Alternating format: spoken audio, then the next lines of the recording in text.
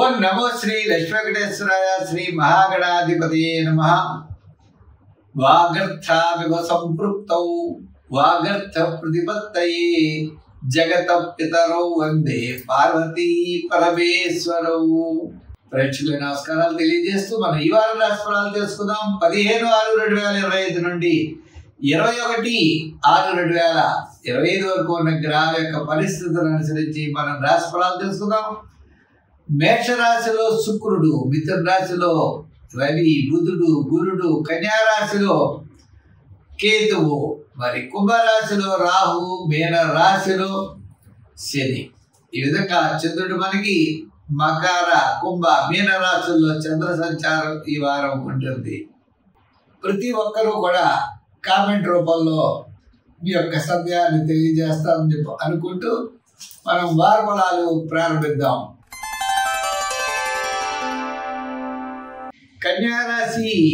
ఈ కన్యారాశి వారికి వారం చాలా యోగదాయకంగా ఉంది. దశమ స్థానంలో రవి, మరి చంద్రుడు కన్యారాశి వారికి పంచమ, షష్ఠ, సప్తమ స్థానాల్లో సంచారం. వారం మధ్యలో వారాంతంలో సర్వత్రం విజయం సాధిస్తారు. ఆత్మస్థైర్యం ఉంటుంది. ప్రతి పని చక్కగా చేయగలుగుతారు.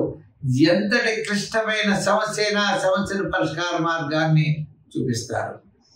షష్ఠంలో ఉన్నటువంటి రాహు మీకు విజయాన్ని చేకూరుస్తాడు. అంటే ఊహగా అందనటువంటి విజయాలు వస్తూ ఉంటాయి. ఒక్కోసారి ఇది మనం విజయం సాధిస్తాం, అంత అయిపోతుంది అనుకుంటాం, అది అవదు. ఇది అవనటువంటి పని అయ్యేటట్టుగా ఈ రాహుగ్రహ ప్రభావాలు మీకు కనపడుతూ ఉంటాయి. తద్వారా మరి గ్రహాల్లో గురుడు అనుకూలంగా లేడు, శని కూడా పెద్దగా యోగంగా లేరు. అయినప్పటికీ కూడా శని సప్తమ స్థానంలో, గురుడు దశమ స్థానంలో పెద్దగా యోగాన్ని ఇచ్చే గ్రహాలు కాదు. దీర్ఘకాలిక ప్రయోజనాన్ని ఇచ్చేటువంటి విశేషమైన పనులు అవ్వకపోయినా సామాన్యమైనటువంటి పనులకు ఇబ్బంది లేకుండా మరి అనుకూలమైన వాతావరణం కనపడుతోంది. విద్యార్థులకి ఇబ్బంది లేదు. రాజకీయ నాయకులు కూడా సామాన్యంగా ఉన్న వారికి ఇబ్బంది లేదు. వృత్తుల పరంగా వచ్చినట్లయితే వారికి అత్యద్భుతమైనటువంటి మంచి ఫలితాలు కనబడతాయి.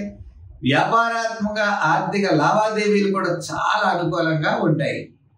అంటే వార ప్రారంభంలో సామాన్యంగా ఉన్న వారం మధ్యలో విశేషమైనటువంటి ఫలితాలు లభిస్తాయి. వారాంతం మళ్ళా నూతనమైనటువంటి వ్యాపార విషయాల్లో మీ దృష్టిని కేంద్రీకరించేటువంటి పరిస్థితులు ఉన్నాయి.